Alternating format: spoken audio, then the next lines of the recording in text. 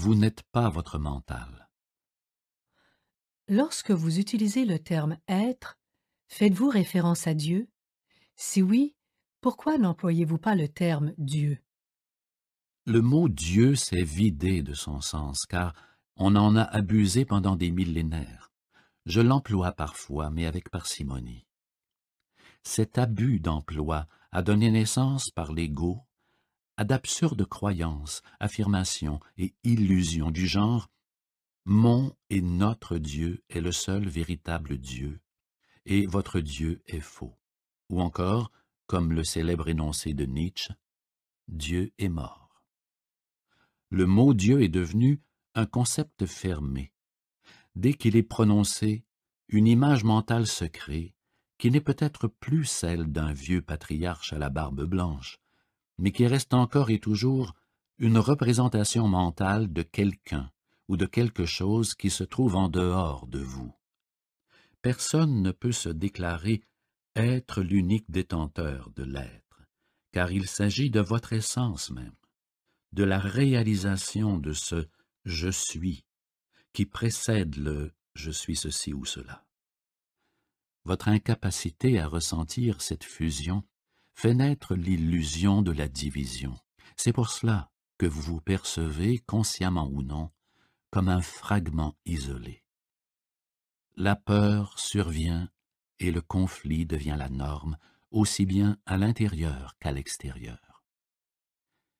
J'aime la définition simple que donne Bouddha de l'illumination. Il affirme que c'est la fin de la souffrance. Cela n'a rien de surhumain, n'est-ce pas?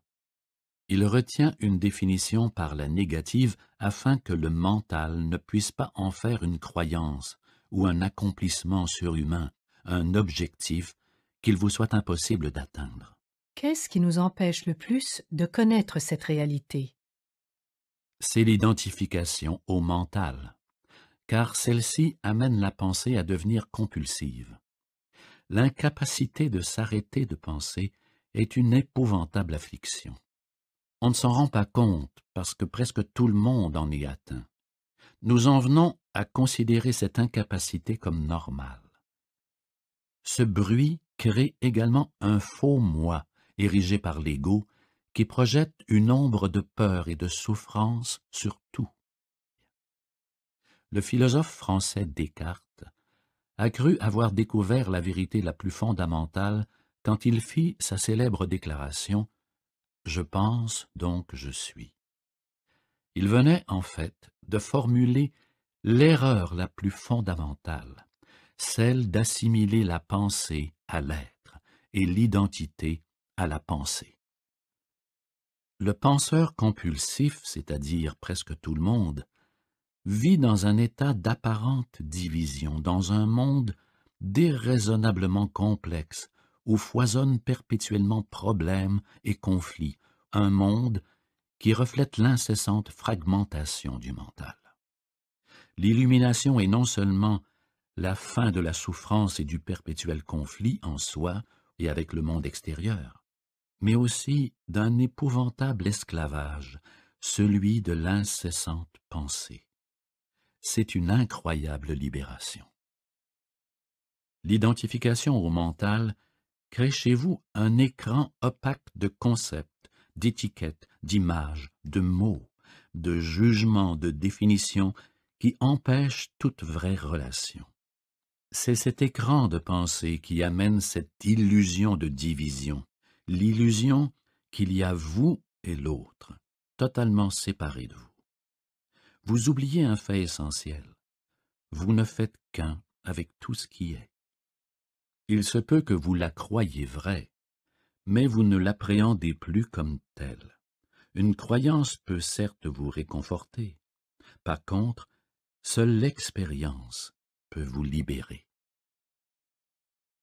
Penser est devenue une maladie, et celle-ci survient quand les choses sont déséquilibrées. Par exemple, il n'y a rien de mal à ce que les cellules du corps se divisent pour se multiplier, mais lorsque ce phénomène s'effectue sans aucun égard pour l'organisme dans sa totalité, les cellules prolifèrent et la maladie s'installe. Le mental est un magnifique outil si l'on s'en sert à bon escient. Dans le cas contraire, il devient très destructeur. Plus précisément, ce n'est pas tant que vous utilisez mal votre mental, c'est plutôt qu'en général, vous ne vous en servez pas du tout, car c'est lui qui se sert de vous. Et c'est cela la maladie, puisque vous croyez être votre mental. C'est cela l'illusion. L'outil a pris possession de vous. Je ne suis pas tout à fait d'accord. C'est vrai que mes pensées sont souvent sans objet, comme chez la plupart des gens, mais je peux encore décider d'utiliser mon mental pour acquérir ou accomplir des choses. C'est ce que je fais tout le temps. Ce n'est pas parce que vous réussissez à terminer une grille de mots croisés ou à fabriquer une bombe atomique que vous savez vous servir de votre mental. Ce dernier aime se faire les dents sur des problèmes, comme les chiens le font avec un os. Voilà pourquoi il fait des mots croisés et invente des bombes atomiques, alors que vous, l'être, ne portez intérêt ni à l'un ni à l'autre. Laissez-moi vous poser deux questions. Pouvez-vous vous libérer du mental quand vous le voulez? Avez-vous réussi à trouver l'interrupteur qui le met hors circuit? Vous voulez dire arrêter complètement de penser? Non, je ne réussis pas, sauf pour une seconde ou deux. Dans ce cas, le mental se sert de vous et vous vous êtes inconsciemment identifié à lui. Par conséquent, vous ne savez même pas que vous êtes son esclave. C'est un peu comme si vous étiez possédé sans le savoir et que vous vous identifiez à l'entité qui vous possède. La liberté commence quand vous prenez conscience que vous n'êtes pas cette identité, c'est-à-dire le penseur. Quand vous savez cela, vous pouvez alors surveiller cette entité. Dès l'instant où vous vous mettez à observer le penseur, un niveau plus élevé de conscience est activé, et vous comprenez petit à petit qu'il existe un immense royaume d'intelligence au-delà de la pensée, et que celle-ci ne constitue qu'un infime aspect de cette intelligence, et vous commencez alors à vous éveiller. Qu'est-ce que vous entendez exactement par observer le penseur? Lorsque quelqu'un va chez le médecin et lui dit qu'il entend des voix, celui-ci l'enverra fort probablement consulter un psychiatre. Le fait est que, de façon très similaire, presque tout le monde entend en permanence une ou plusieurs voix dans sa tête, et qu'il s'agit du phénomène involontaire de la pensée que vous ne réalisez pas avoir le pouvoir d'arrêter. Ce ne sont que monologues ou dialogues continuels. Il vous est certainement déjà arrivé de croiser dans la rue des personnes dérangées qui parlent sans arrêt tout haut ou tout bas. En réalité, ce n'est pas très différent de ce que vous et tous les gens normaux faites, sauf que vous le faites en silence. Cette voix passe des commentaires, fait des spéculations, émet des jugements, compare, se plaint, aime ou n'aime pas, etc. Ce que cette voix énonce ne correspond pas automatiquement à la situation dans laquelle vous vous trouvez dans le moment. Elle ravive peut-être un passé proche ou lointain, ou bien elle imagine d'éventuelles situations futures.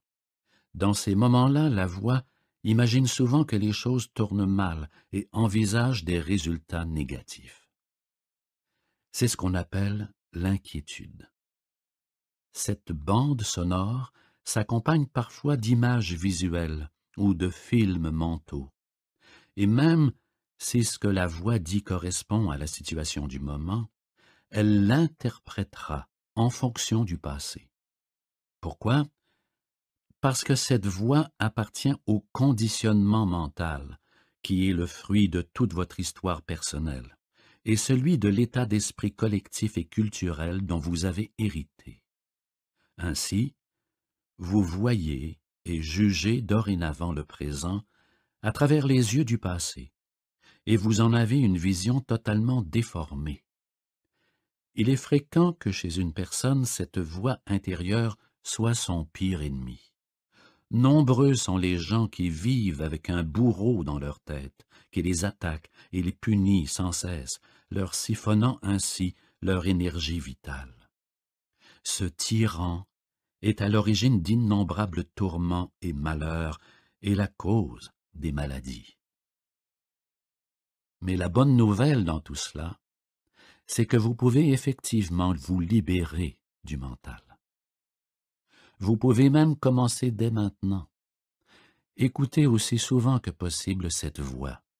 Prêtez particulièrement attention aux schémas de pensée répétitifs, à ces vieux disques qui jouent et rejouent les mêmes chansons, peut-être depuis des années. C'est ce que j'entends quand je vous suggère d'observer le penseur. C'est une autre façon de vous dire d'écouter cette voix dans votre tête, d'être la présence qui joue le rôle de témoin. Lorsque vous écoutez cette voix, faites-le objectivement, c'est-à-dire sans juger. Ne condamnez pas ce que vous entendez, car si vous le faites, cela signifie que c'est cette même voix qui est revenue par la porte de service. Vous prendrez bientôt conscience qu'il y a la voix et qu'il y a quelqu'un qui l'écoute et qui l'observe. Cette prise de conscience que quelqu'un surveille, ce sens de votre propre présence, n'est pas une pensée. Ainsi, quand vous observez une pensée, vous êtes non seulement conscient de celle-ci, mais aussi de vous-même en tant que témoin de la pensée. Cette pensée perd alors son pouvoir sur vous et bat rapidement en retraite parce que, en ne vous identifiant plus à elle, vous n'alimentez plus le mental. C'est le début de la fin de la pensée involontaire et compulsive. Lorsqu'une pensée s'efface, il se produit une discontinuité dans le flux mental, un intervalle de non-mental. Au début, ces hiatus seront courts, peut-être de quelques secondes, mais ils deviendront peu à peu de plus en plus longs. Lorsque ces décalages dans la pensée se produisent, vous ressentez un certain calme et une certaine paix.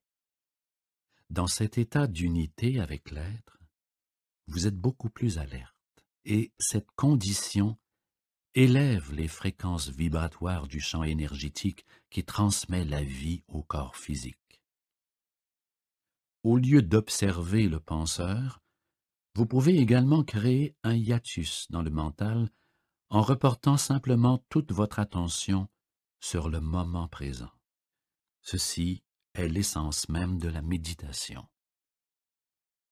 Dans la vie quotidienne, vous pouvez vous y exercer durant n'importe quelle activité routinière qui n'est normalement qu'un moyen d'arriver à une fin, en lui accordant votre totale attention afin qu'elle devienne une fin en soi. Par exemple, chaque fois que vous montez ou descendez un escalier, chez vous ou au travail, portez attention à chacune des marches, à chaque mouvement et même à votre respiration. Soyez totalement présent. Ou, quand vous vous lavez les mains, prenez plaisir à toutes les perceptions sensuelles qui accompagnent ce geste. Le bruit et la sensation de l'eau sur la peau. Ou bien encore, une fois monté dans votre voiture et la portière fermée, faites une pause de quelques secondes pour observer le mouvement de votre respiration. Il se peut même que vous vous surpreniez un jour à sourire en entendant la voix qui parle dans votre tête, comme vous souririez devant les pitreries d'un enfant. Cela veut dire que vous ne prenez plus autant au sérieux le contenu de votre mental, et que le sens que vous avez de votre moi n'en dépend pas. La pensée n'est-elle pas indispensable pour survivre dans ce monde? Votre mental est un outil, un instrument qui est là pour servir à l'accomplissement d'une tâche précise. Une fois cette tâche effectuée, vous déposez votre outil. Environ 80 à 90% de la pensée humaine est non seulement répétitive et inutile, mais aussi en grande partie nuisible, en raison de sa nature souvent négative et dysfonctionnelle. Il vous suffit d'observer votre mental pour constater à quel point c'est vrai. La pensée involontaire et compulsive occasionne une sérieuse perte d'énergie vitale. Elle est en fait une addiction. Et qu'est-ce qui caractérise une addiction? Tout simplement que vous ne sentez plus la liberté d'arrêter. Elle semble plus forte que vous. Elle vous procure également une fausse sensation de plaisir qui se transforme invariablement en souffrance.